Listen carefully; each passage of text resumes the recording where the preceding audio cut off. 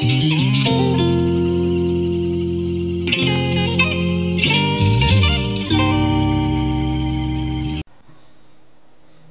retrouvons notre classeur Excel Astuces pour cette fois-ci travailler sur l'astuce numéro 36. Nous allons effectuer un graphique. J'appuie sur le bouton rouge. Voici mon tableau. Alors, sur ce tableau, on a un certain nombre de ventes sur différents mois. Le calcul des ventes s'effectue ici dans le cumul des ventes. Donc 156 ici correspond bien à 156 à côté. Donc ça veut dire qu'à chaque fois que je rajoute une valeur lors d'un mois, cela vient se cumuler dans la cellule G5. J'ai un total de produits au départ. J'ai 1560 produits au départ. Donc à chaque fois que je fais des ventes mois par mois, ces ventes vont venir se retirer de ce total des produits en stock. J'ai donc en bas un petit tableau ici avec le ratio des ventes. Donc là, avec les ventes effectuées sur un cumul de 201 ventes, j'ai donc vendu 13% de mon stock global. Il me reste 87% de mon stock. Et donc on peut voir qu'au fur et à mesure que je rajoute des valeurs, le cumul des ventes augmente et les pourcentages des ratios se recalculent. Ici, ce sont de simples calculs de ratios, tout simplement, qui sont des divisions. Donc on divise la valeur G5 par la valeur G4. Et ici, on a donc 100% moins ce que l'on a trouvé en G7.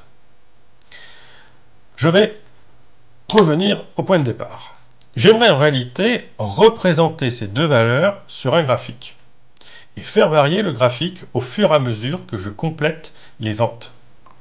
Donc, je sélectionne ici mes deux valeurs.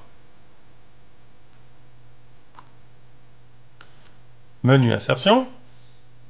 Dans le groupe graphique, je sélectionne les graphes en secteur, mais je vais prendre le troisième, ce que l'on appelle les graphes en nano. Je vais positionner mon graphique juste là. Et donc là, on peut voir en bleu, c'est la partie des 10%.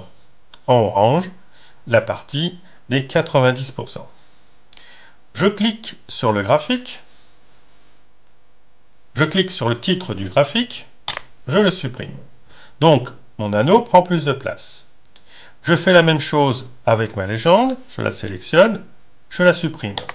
L'anneau s'agrandit encore un peu plus. Je vais cliquer sur l'anneau orange pour le sélectionner. Une fois, puis deux fois. Je vais changer la couleur de cet anneau. Je fais un clic, bouton de droite, sur la partie de l'anneau. Je vois remplissage orange. Et je vais venir mettre tout simplement un remplissage, par exemple en blanc. Puis, je vais cliquer une fois sur l'anneau. Clic, bouton de droite. Et cette fois-ci, je vais régler le contour. Donc, je vais mettre un contour, par exemple, bleu. Je clique à côté pour désélectionner. Donc, on voit ici sur notre anneau que l'on a simplement la partie bleue qui représente les 10%. Maintenant, je viens ici, février, je rentre la valeur 45, je passe à 13%, la part de l'anneau augmente. Je mets 120 pour le mois de mars, je passe à 21%, la part augmente, et ainsi de suite.